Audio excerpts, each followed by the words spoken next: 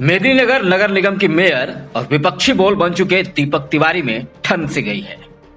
IRB के state coordinator Deepak Tiwari ने mayor को राजनीति का ककहरा सीखने की नसीहत देते हुए उनके कांग्रेस से निकाले जाने का प्रमाण देने की चुनौती दी है।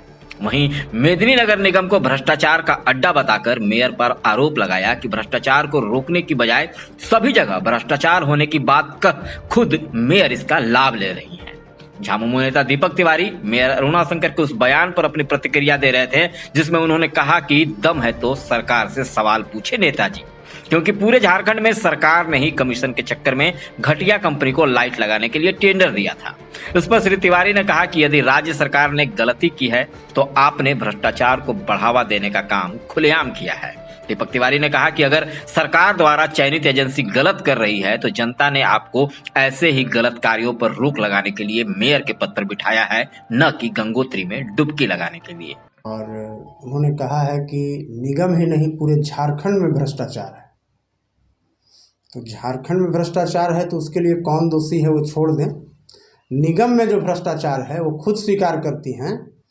और मैं उन्हें कहना चाहता हूं कि उन्होंने कहा था कि पहले ज्ञानवर्धन करें नेताजी, तो मैं उनको फिर से सलाह दे रहा हूं कि अपनी ज्ञानवर्धन को वो बढ़ावें, क्योंकि निगम के अंदर जो भ्रष्टाचार फैला हुआ है वो सिर्फ और सिर्फ उनका देन है।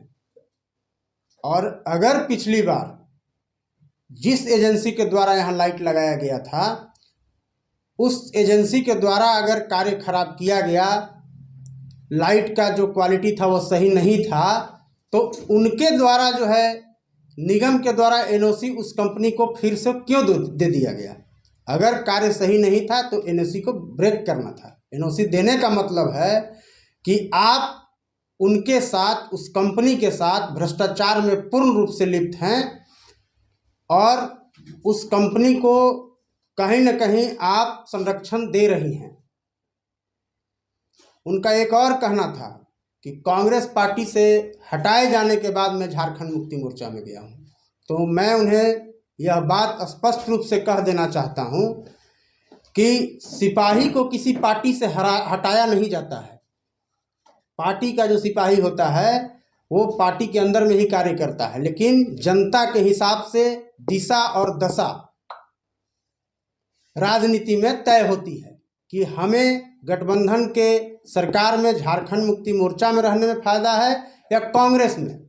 जहां जनता के हित के लिए, जनता की भलाई के लिए राजनीति में जाना पड़ेगा, मैं खुद जाने को तैयार हूं।